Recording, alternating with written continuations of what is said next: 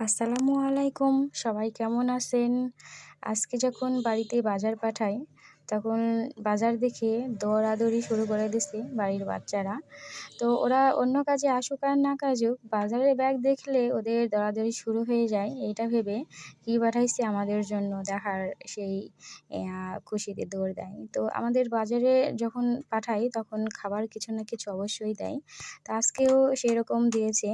তো এই তো আমার দেওরের বউ দুজনকে দিচ্ছে বের করে। তো ওরা এখন এগুলা খাবে না। আরও কি আছে সেইটা দেখার জন্য সুন্দর করে দাঁড়ায় আছে।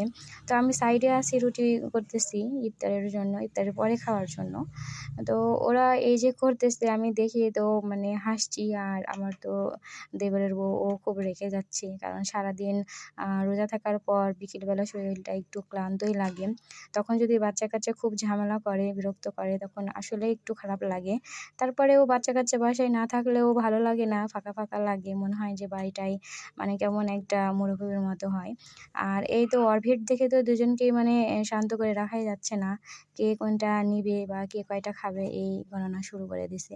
তো আমার দেবরের বউ তো রাগ করে এই তো একটা প্যারাসুটের মধ্যে ঢুকিয়ে রাখতে চেয়েছিল। তো বললাম যে, "থাক, ঢোকানোর দরকার নেই। এভাবে রাখো। পরে গিয়ে বক্সের মধ্যে ঢুকায় রাখবনি।" তো এই তো বাজার করে পাঠাইছে আমাদের। তো এরকম করে প্রতি মঙ্গলবার, শনিবার আমাদের বাজার করে। কারণ আমাদের বাজার বসেই মঙ্গলবার, শনিবার করে। তারপরেও কোনো প্রয়োজন কোনো কিছু লাগলে অন্যান্য দিনেও করে নিয়ে আসে। তো ভালো লাগে। আর আমার ছেলে তো এই তো বাজার থেকে ও কোনো কিছু খাক আর না খাক, শসা পাইলে ওর আর কিছু লাগে না। ও এত শসা পাগল, এত মানে খেতে পছন্দ করে শসা, কাজু, টমেটো।